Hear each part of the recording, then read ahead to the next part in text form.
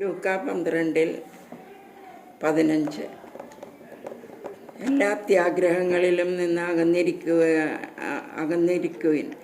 മനുഷ്യജീവിതം സമ്പത്ത് കൊണ്ടല്ല ധന്യമാവുന്നത്. ഒരു ഉപമയും അവൻ അവരോട് പറഞ്ഞു. ഒരു ധനികൻ്റെ കൃഷിസ്ഥലം സമൃദ്ധമായ വിളവ് നൽകി. അവൻ ഇങ്ങനെ ചിന്തിച്ചു, ഞാൻ എന്തു ചെയ്യും? ഈ ധാന്യം മുഴുവൻ സൂക്ഷിക്കാൻ എനിക്ക് സ്ഥലമില്ലല്ലോ.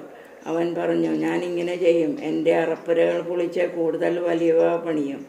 അതിൽ എൻ്റെ ധാന്യവും വിഭവവും സംഭരിക്കും.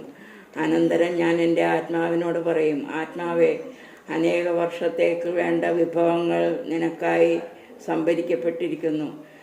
വിശ്രമിക്കുക, തിന്നുകുടിച്ച് ആനന്ദിക്കുക. എന്നാൽ ദൈവം അവനോട് പറഞ്ഞു, ഭോഷ, ഈ രാത്രി നിൻ്റെ ആത്മാവിനെ നിന്നിൽ നിന്ന് ആവശ്യപ്പെടും.